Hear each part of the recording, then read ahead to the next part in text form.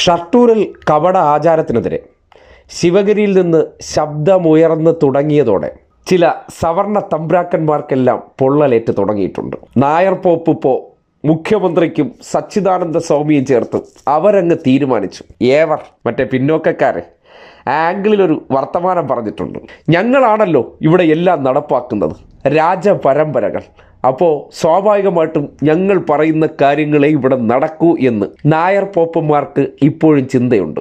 അതിൻ്റെ അടിസ്ഥാനത്തിലാണ് വിപ്ലവകരമായിട്ടുള്ള ഷർട്ട് ധരിക്കൽ തീരുമാനം ശിവഗിരിയിൽ പ്രഖ്യാപിക്കപ്പെട്ടത്. അതിനെതിരെ എങ്ങനെയാണ് സംസാരിക്കുന്നത് നോക്കൂ. ഇന്നലെ വന്ന ഒരു പത്രവാർത്തയാണ്.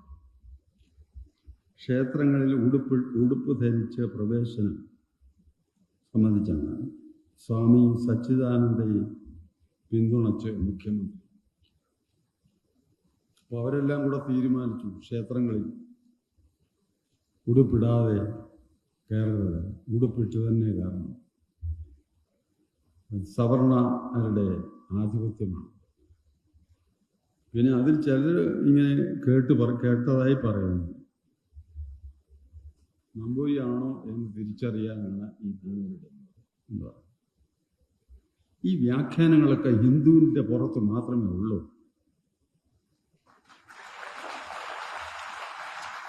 ഇവിടെ ക്രൈസ്തവ മതക്കാരുണ്ട്. അവരുടെ ആചാരമനുസരിച്ച് ഇന്നത്തെ കാലത്തിന് പറ്റാത്ത കാര്യങ്ങളും ഒക്കെ ഇല്ലേ? പക്ഷെ അത് അവരുടെ ആചാരം അനുസരിച്ചുള്ളതാണ്. മുസ്ലിം സമുദായങ്ങൾക്കുണ്ട്. വസ്ത്രധാരണത്തിലായാലും മറ്റുള്ള കാര്യത്തിലായാലും ഒക്കെ ഓരോ നടപടിക്രമങ്ങളുണ്ട്. ആ നടപടിക്രമങ്ങളെ ഒന്നും ശിവഗിരിക്കോ ഇവിടുത്തെ മുഖ്യമന്ത്രിക്കോ വിമർശിക്കാൻ ധൈര്യമുണ്ടോ? ഇല്ല. അതുകൊണ്ട് ഇതിനെ സംബന്ധിച്ച് നമ്മൾ ആര് ചോദിച്ചാലും ചോദിച്ചില്ലേലും നമുക്ക് പറയാനുള്ള ഒരു അവകാശമുണ്ട്. കാരണം ഈ ഹിന്ദു എന്ന് പറയുന്നത് ഇവരാരും മാത്രമല്ല. ഇവിടുത്തെ ഒരു സംഘടനയുടെ ഒരു മത വിഭാഗത്തിൻ്റെ അവരെല്ലാവരുടെയും പ്രതിനിധിയാണെന്നാണ് പറഞ്ഞാണ് ഇത് പറയുന്നത്. എന്നിട്ട് ഞങ്ങളുടെ ക്ഷേത്രങ്ങളിലെല്ലാം അങ്ങനെ അത് നടപ്പാക്കാൻ തീരുമാനിച്ചു എന്നും അവർ പറഞ്ഞു. ഓഹോ, നമുക്കെന്നെ തർക്കം. അവരുടെ ക്ഷേത്രങ്ങളിൽ ഈ പറയുന്ന രീതിയിൽ ഷർട്ട് ഇട്ട് കയറണമെന്ന് അവർ തീരുമാനിച്ച് നടന്നോട്ടെ. നമ്മളിതിനെ എതിർക്കാൻ പോകുന്നു? നമ്മൾ എതിർക്കുന്നില്ല. ആ ക്ഷേത്രങ്ങളിൽ പോകണം എന്ന് ഏതെങ്കിലും നായർക്ക് അല്ലെങ്കിൽ മറ്റ് അതല്ലാത്ത ഒരു ഹൈന്ദവ സമുദായത്തിൽപ്പെട്ടവർക്ക് ഉദ്ദേശമുണ്ടെങ്കിൽ അവർ ഷർട്ട് ഇട്ടുകൊണ്ട് തന്നെ പോക്കൂ. ഒരു പ്രയാസവുമില്ല. പക്ഷേ ഈ കാലാകാലങ്ങളിലായി നിന്നു പോകുന്ന ആചാരക്രമങ്ങളെപ്പറ്റി അത് മാറ്റിമറിക്കണമെന്നാണ് ഇവർ. ആരാ ഇത് പറയാൻ? ഇത് മനുഷ്യന്റെ വിശ്വാസികളുടെ അവകാശമല്ലേ? മുഖ്യമന്ത്രി ഇതിനെ സപ്പോർട്ട് ചെയ്തിട്ടുണ്ട്. അദ്ദേഹം അത് ചെയ്യാൻ പാടില്ലായിരുന്നു. എന്തേ ഹിന്ദുവിൽ ചിലർ മാത്രം ജാതിവാല് കൊണ്ട് നടക്കുന്നു? ആ ജാതിവാലുള്ളവർക്ക് മാത്രമേ അതിനകത്ത് പ്രവേശനമുള്ളൂ. ആ ജാതിവാലുള്ളവർ മാത്രമേ ഹിന്ദുവായിട്ട് പരിഗണിക്കപ്പെടുന്നുള്ളൂ. ഇതൊക്കെ കാലം കഴിഞ്ഞു പോപ്പേ. ഈ നമ്പരൊക്കെ ഇന്ന് ഇറക്കി അത്രത്തോളം ഓടത്തില്ല. കുറച്ച് പൊള്ളലേൽക്കും, സ്വാഭാവികമായി പൊള്ളലേൽക്കേണ്ടതുണ്ട്.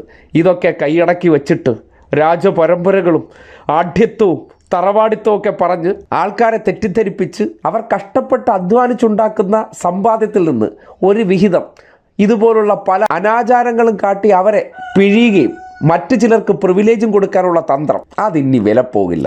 ഹിന്ദുവിൻ്റെ കാര്യം പറയാൻ നായർ പോപ്പ് തയ്യാറാകണ്ട. നായർ പോപ്പ് നായന്മാരുടെ കാര്യം പറഞ്ഞാൽ മതി. അവിടെ പെരുന്നയിൽ സംസാരിച്ചപ്പോൾ പറഞ്ഞൊരു കാര്യമുണ്ടല്ലോ, നായന്മാർ എവിടെ വേണോ പോയി പ്രവർത്തിച്ചോ, പക്ഷേ കുടുംബത്തെക്കുറിച്ച് മറക്കരുതെന്ന്. ഏത് കുടുംബം? നായർ കുടുംബം.